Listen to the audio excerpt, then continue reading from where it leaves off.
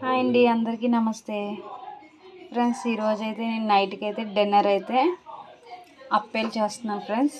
ఏం చేయాలో తెలియక ఇంట్లో గోధుమ పిండి ఉంటే గోధుమ పిండి ఒక కప్పు, కొంచెం ఒక 2-3 స్పూన్స్ గోధుమ, ఒక క్యారెట్, పచ్చిమిర్చి సన్నగా తురిమేసి ఈ పిండిలో అయితే కలిపిస్తున్నాను.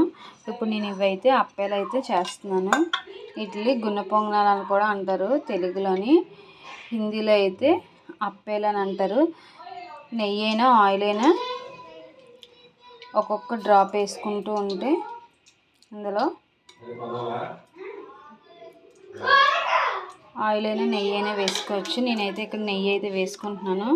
టేస్ట్ అయితే చాలా బాగుంటుంది. ఇది పల్లి చట్నీ కాంబినేషన్తో చాలా బాగుంటుంది. టమాటా చట్నీ, పల్లి చట్నీ, అల్లం చట్నీతో అయితే చాలా బాగుంటాయి ఈ అప్పేలు. చూస్తున్నారు కదా, సింపుల్ ప్రాసెస్. పిల్లలు కూడా వెరైటీగా ఉంటుంది, ఇష్టంగా తింటారు చాలా. ఇది దోశల రుబ్బుతో కూడా చేసుకోవచ్చు, ఇడ్లీ రుబ్బుతో కూడా చేసుకోవచ్చు. సో నా దగ్గర రెండు అవైలబుల్గా లేవు కాబట్టి కొంచెం వెరైటీగా చెయ్యాలి అని అనేసి నేనైతే గోధుమ పిండి అయితే చేస్తున్నాను. ఇందులోనే నేను పిల్లలు క్యారెట్ అయితే తింటారు కదా, క్యారెట్ తురుము అయితే ఇందులో అయితే వేసుకున్నాను. సన్నగా పచ్చిమిర్చి, క్యారెట్ తురుము అయితే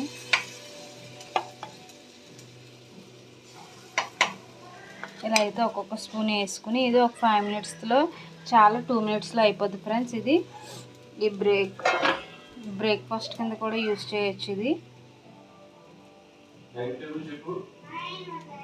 నేనైతే ఇప్పుడు అయితే మూత పెట్టేసుకుంటున్నాను. 2 మినిట్స్లో అయితే అవి అయిపోతాయి. ఇప్పుడు నేనైతే దీనికి కాంబినేషన్ పల్లి చట్నీ అయితే చేసుకుంటున్నాను. పల్లీలు వేగించుకొని పచ్చిమిర్చి సాల్ట్ వేసి మిక్సీ పట్టుకుంటున్నాను పల్లి చట్నీకి. ఫ్రెండ్స్ చూసారు కదా ఫ్రెండ్స్,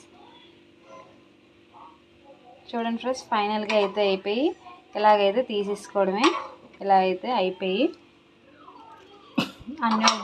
అన్నీ ఒక ప్లేట్లోకి తీసుకొని సర్వ్ చేసుకోవడమే. చాలా సింపుల్గా అయిపోద్ది ఒక 2 మినిట్స్లోని. ఇది దోశల రుబ్బుతో అయితే ఇంకా టేస్ట్గా ఉంటాయి. ఇడ్లీ రుబ్బుతో అయినా దోశల రుబ్బుతో అయినా ఇంకా టేస్ట్గా ఉంటాయి. ఇప్పుడు ఏదో ఒకటి స్నాక్ ఐటెం ఫైనల్గా అయితే అప్పేలు అయితే రెడీ అయిపోయి ఫ్రెండ్స్. పల్లి చట్నీతో కాంబినేషన్ అయితే పిల్లలకి సర్వ్ చేస్తాను, మా వారికి కూడా. చాలా సింపుల్ ప్రాసెస్, మీరు కూడా ట్రై చేయండి. నేనైతే ఇది రాత్రి టిఫిన్ కింద అయితే తీసుకుంటున్నాను. ఇది మార్నింగ్ బ్రేక్ఫాస్ట్ కింద అయినా ఈవినింగ్ స్నాక్స్ కింద అయినా తీసుకోవచ్చు. త్వరగా అయిపోద్ది, సింపుల్ ప్రాసెస్. ఈ వీడియో కానీ మీకు నచ్చినట్టయితే లైక్ చేయండి, షేర్ చేయండి, సబ్స్క్రైబ్ చేయండి ఫ్రెండ్స్. Thank you.